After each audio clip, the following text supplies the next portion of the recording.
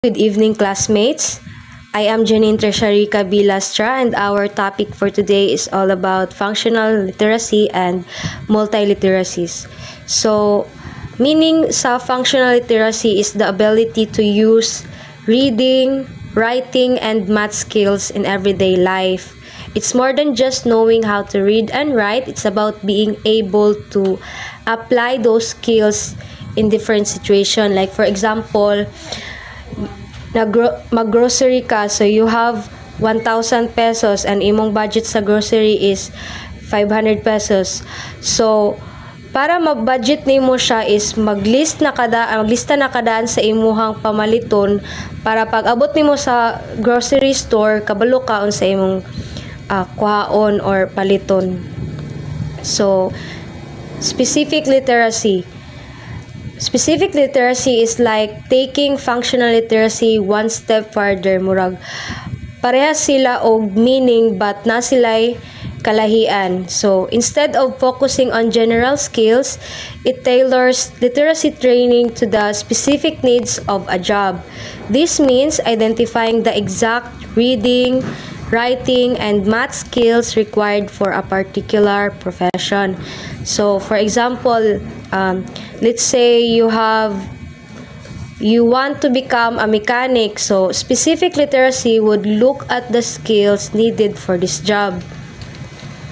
So para di mo maglibog, so ang functional literacy is broad and general, covering everyday tasks, while ang specific literacy is focused and specialized, relating to specific knowledge domains.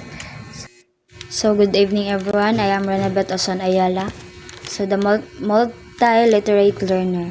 So, ang multiliterate learner is mo sa mga student nga kanang nagkakayahan nga mogamit og kanang lahi-lahi nga pamaagi sa pagkat-on og pagkomunikasyon. Nang halimbawa ani is katong mga student nga kanang kabalo mo basa ug mosulat, kamausab mo gamit sa computer, kabalo sab sa mga symbol graphs, kabalo sab sila og magsabot sa mga impormasyon. So new literacies need to be integrated into the curriculum to prepare students for successful civic participation in a global environment. So new literacies is need gyud siya nga i-apply siya sa curriculum aron ang matabangan ang estudyante nga andam sila para sa ilang kaugmaon sa karon nga panahon. Dili na lang igo ang pagbasa ug pagsulat, kinahanglan usab nga mao sila mogamit sa teknolohiya makasabot sa impormasyon. Teacher who use ICT skillfully for teaching and learning. So gamit ang teknolohiya sama sa computer, internet, educational apps ug multimedia tools, mas makadani siya og atensyon sa mga student ug makatabang sab sa teacher sa pagtudlo niya sa iyang mga student. So peers who use ICT's responsibility and who share their knowledge. So ang paggamit sa ICT is dapat responsible gid ka. Example kay dapat sigurado nga kanang sakto ug tinuod gid ang imong mga gipang-share nga informasyon. A literacy curriculum that offers opportunities for collaboration. So makatabang gid sa student nga makakatun gid sila og maayo. Og ganing literacy curriculum is dili lang nag-focus sa individual nga pagbasa ug pagsulat kundi is kabalo sab sila about sa collaborate pananglitan sa collaboration, mga group activities, pagbuhat og project, research or pag-share sa idea. So ang sunod is instruction that embeds critical, culturally sensitive thinking into practice, standard and assessment that include new literacy. So naadjud tay lahi-lahi nga culture. So as a teacher is kanang dapat jud respetuhon jud nato atong ang culture sa ato ang mga student. So leaders and policies who are committed advocates of ICTs for teaching and learning. So people nga na-in-charge ani is ang example kay katong mga school principal, educational official or government leaders. Kani sila ang mga tawo nga kanang nagtukod og mga balaod og programa aron ang teknolohiya sa klase og nga mapadali og epektibo ang pagkat-on sa mga estudyante. So ang sunod is equal access to ICTs for all classroom and students. So need jud is dapat yun ang all classroom is nagid siya magamit nga ICT para sa teacher para makatabang para sa ilang pagtudlo sa mga student. So, ang sunod is multiliteracies in educational reform. So, multiliteracies help students become prepared for a world full of technology and new ways of communication. So, teaching students the most relevant, useful, in demand, and universally applicable skills should be prioritized in today's school. So, ang mga skills nga ang itulo sa mga student karon nga makatabang sa ilaha para sa puhon maka-apply sila trabaho o unsa ilahang buhaton. Example is dapat makahibalo sila sa paggamit sa teknolohiya sama sa computer or paggamit sa internet or mga apps o kahibalo sab sila pagpangita og solusyon sa mga problem.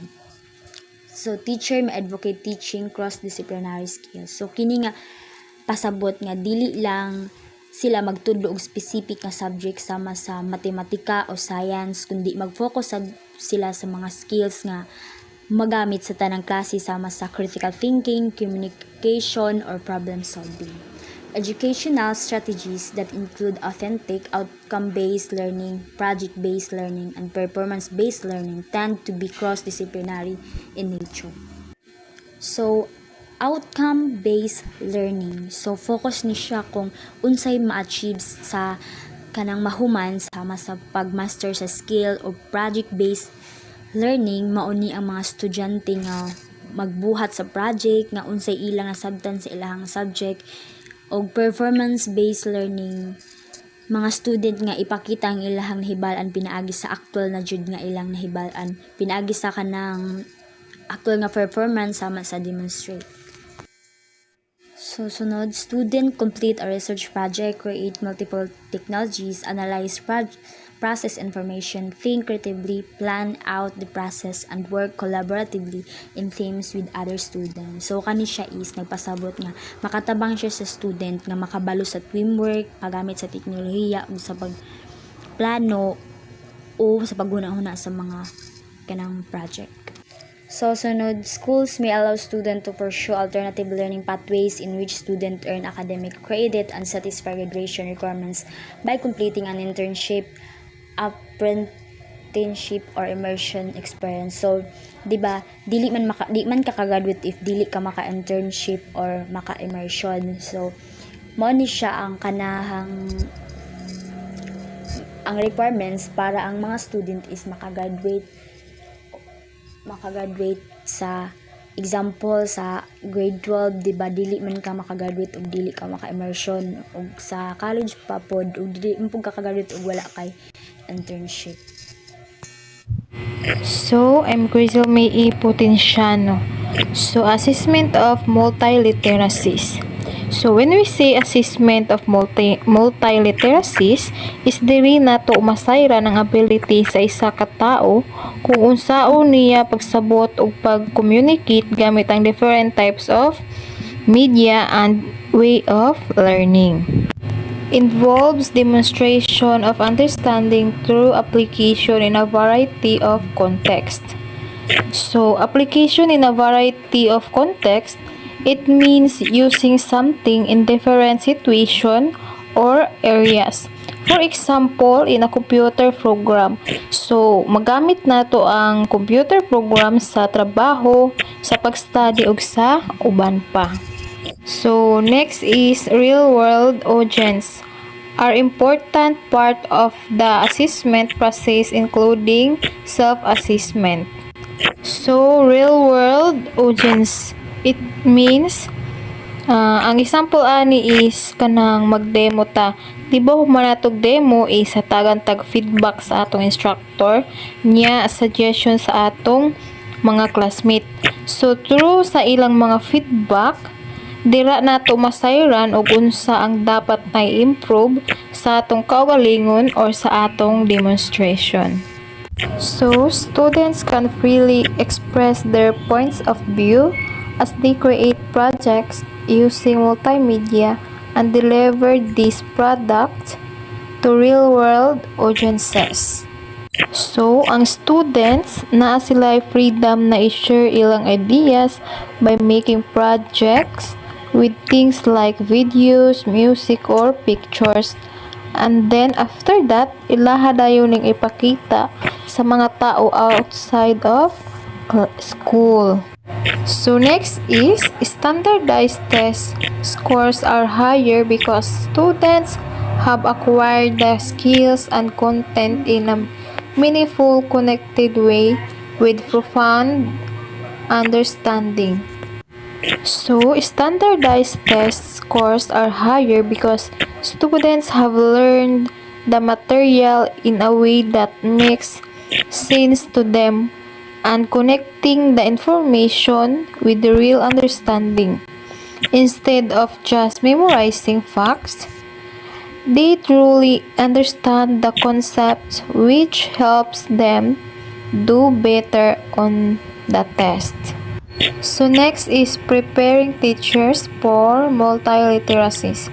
So teacher education must prepare teachers to teach multiliteracies in their schools where there is a critical gap between multiliteracies and classroom pedagogy.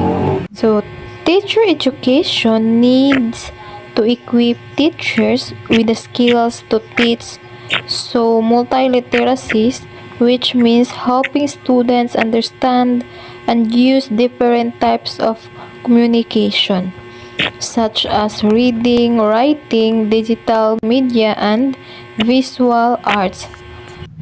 However, there is a gap because many teachers are not yet trained to teach these skills in their classroom. So this gap needs to be addressed to ensure that students are prepared for the diverse ways of learning and communicating in today's world. So, teachers integrate four components of multiliteracies in teaching. So, first is situated practice. So, lead students towards meaningful learning by integrating primary knowledge. So, situated practice means learning by doing things in real life situation rather than just studying from books or lectures. It's about gaining knowledge and skills through hands-on experience and being part of a community or groups that practices those skills. So instead of learning in a classroom, you learn by being involved in the actual activity like working with others or solving real problems. Second is overt instruction. So, overt instruction is when a teacher clearly shows or explains something in a direct and obvious way so they can easily understand. It's like when a teacher demonstrates how to do something step by step instead of just telling students to figure it out on their own. And third is critical framing. So, critical framing is a crucial component of multiliteracies that encourage students to think critically about the messages they encounter in text, images, and other media. And the last one is transform action.